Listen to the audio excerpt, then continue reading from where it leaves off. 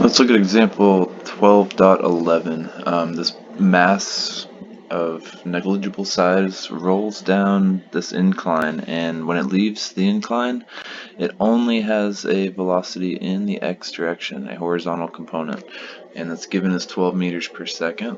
It's 6 meters above the ground. I typically will choose the ground as the origin.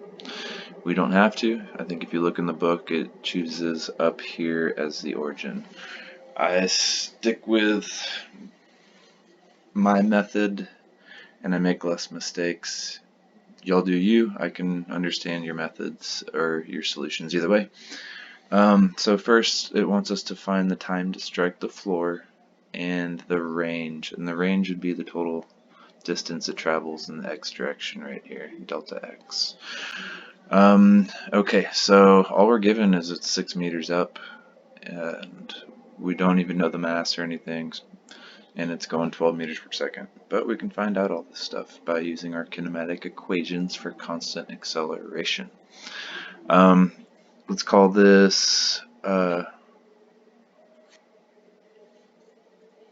see, if that's our initial position, and this is our final position down here.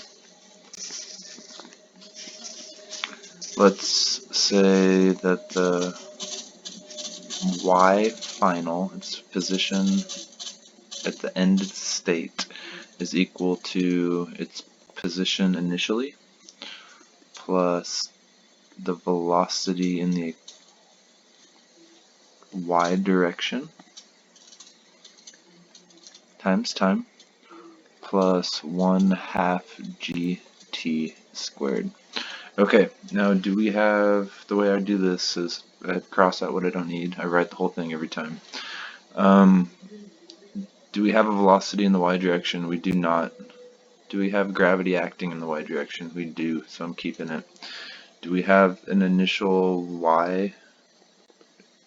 Yes, we do. It is up 6, and it ends up all the way at the ground at 0. So I end up with this.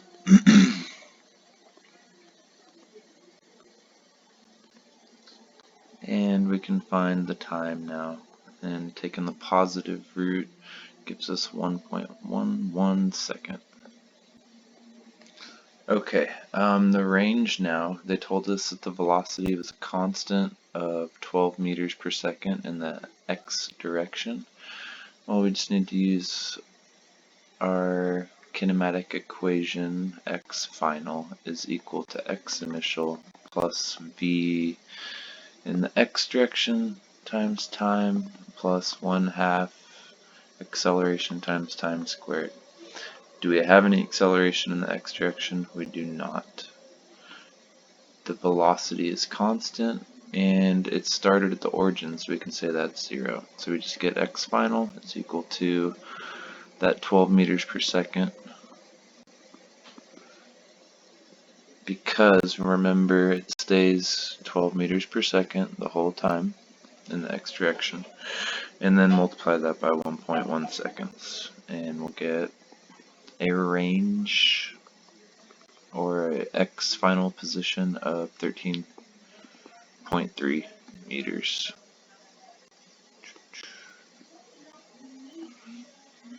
Thank you.